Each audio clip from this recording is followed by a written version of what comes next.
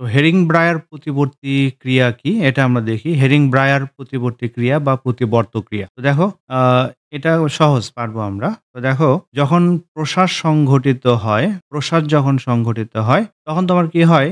ফুসফুসটা এরকম করে ফুলে ওঠে। তো যখন প্রসার সংঘটিত হবে তখন তোমার ফুসফুস ফুলে ওঠে। অর্থাৎ ফুসফুস আগে যেমন ছিল তার চেয়ে ফুসফুসের আয়তন বেড়ে যায়। তো ফুসফুসের আয়তন যখন বেড়ে যায়, ফুসফুসের প্রাচীরে কিছু বিশেষ স্নায়ু থাকে। এগুলো এক্সেপশনাল টাইপের স্নায়ু আরকি। এরকম কিছু স্নায়ু থাকে। এদেরকে বলা হয় হলো শর্টান স্নায়ু। শর্টান রিসেপ্টর বলতে পারো তুমি। এই শর্টান রিসেপ্টর গুলো তখন তোমার টানটান হয়ে গেছে ফুসফুসের প্রাচীর। তখন এজন্য বলা হচ্ছে শর্টান রিসেপ্টর। এরা উদ্দীপিত হয়। বলে এর সঙ্গে তোমার থাকে হলো ভেগাস স্নায়ু থাকে। এর সঙ্গে থাকে হলো ভেগাস স্নায়ু। ভেগাস স্নায়ু তখন এই সংবাদটা তোমার নিয়ে যায় হলো অ্যানিউস্টিক স্নায়ু কেন্দ্রে। তাহলে ভেগাস স্নায়ু এই সংবাদ নিয়ে যায় হলো অ্যানিউস্টিক স্নায়ু কেন্দ্রে। অ্যানিউস্টিক স্নায়ু কেন্দ্রে। তখন অ্যানিউস্টিক স্নায়ু কেন্দ্র কি হয়? অবদমিত হয়। মানে কাজ করা বন্ধ করে দেয়। অবদমিত হয়। ওকে? অবদমিত হয়। ফলে প্রশ্বাস কি হয়ে যায়? অবদমিত হলে প্রশ্বাস বন্ধ হয়ে যায়। প্রশ্বাস আর তোমার চলে না। প্রশ্বাস যখন বন্ধ হয়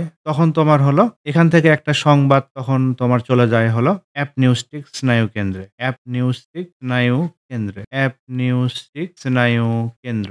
তাহলে অ্যাপনিউস্টিক স্নায়ু কেন্দ্রে এবার কি হয়? সংবাদ চলে যায় যে মানে ফুসফুস বড় হয়ে গেছে। তখন অ্যাপনিউস্টিক স্নায়ু কেন্দ্র ধীরে, ধীরে তোমার উদ্দীপিত হয়। ফলে নিঃশ্বাস কেন্দ্র যেটা আছে, নিঃশ্বাস কেন্দ্র এবার উদ্দীপিত হয় এবং নিঃশ্বাস সংঘটিত হয়। এবার দেখো নিঃশ্বাস যখন সংঘটিত হয় তখন ফুসফুস যে আগের চাইতে এবার কি হয়ে যাবে? ফুসফুস আগের অবস্থায় ফিরে যাবে। অর্থাৎ বড় ছিল, ফুসফুস এখন কি হয়ে যাবে?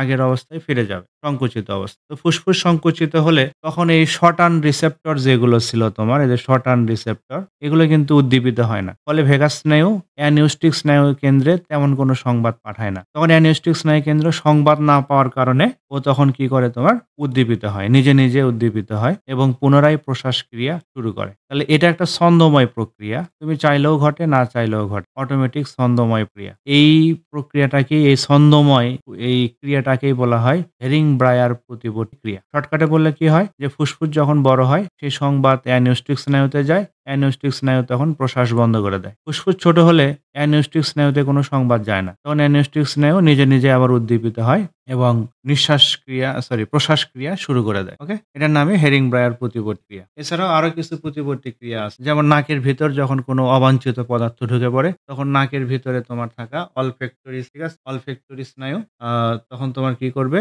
হাঁচু বা হাঁচির উদ্রেক। তবে ভেগাস স্নায়ু কি করতে পারে? হাঁচির উদ্রেক পারে। এবার দেখো যদি শ্বাসনালীতে কোনো খাবার ঢুকে পড়ে হঠাৎ করে তখন তোমার হলো সেখানেও স্নায়ু থাকে, বিশেষ ধরনের স্নায়ু থাকে। যেমন ভেগাস স্নায়ু আছে। ভেগাস স্নায়ু তখন শ্বাসনালীতে খাবার ঢুকলে সেটাকে বের করে দেওয়ার জন্য কাশির উদ্রেক। আর যদি কখনো তোমার খাবার গিলতেছি আমরা, ঠিক আছে? কিন্তু খাবার হঠাৎ করে তোমার উদ্দীপনার গ্লোসোফ্যারিঞ্জিয়াল স্নায়ুর কারণে তোমার হলো খাবার গিলতে পারতেছো না। তখন হঠাৎ করে কি হয়? বিষম খাওয়ার মতো শ্বাসক্রিয়া বন্ধ হয়ে বিষম খায়মান। এটাকে বলে গ্যাগ প্রতিবর্তী ক্রিয়া। ওকে? তাহলে আমরা এগুলো পারবো আরকি। সবগুলোই প্রতিবর্তী ক্রিয়া।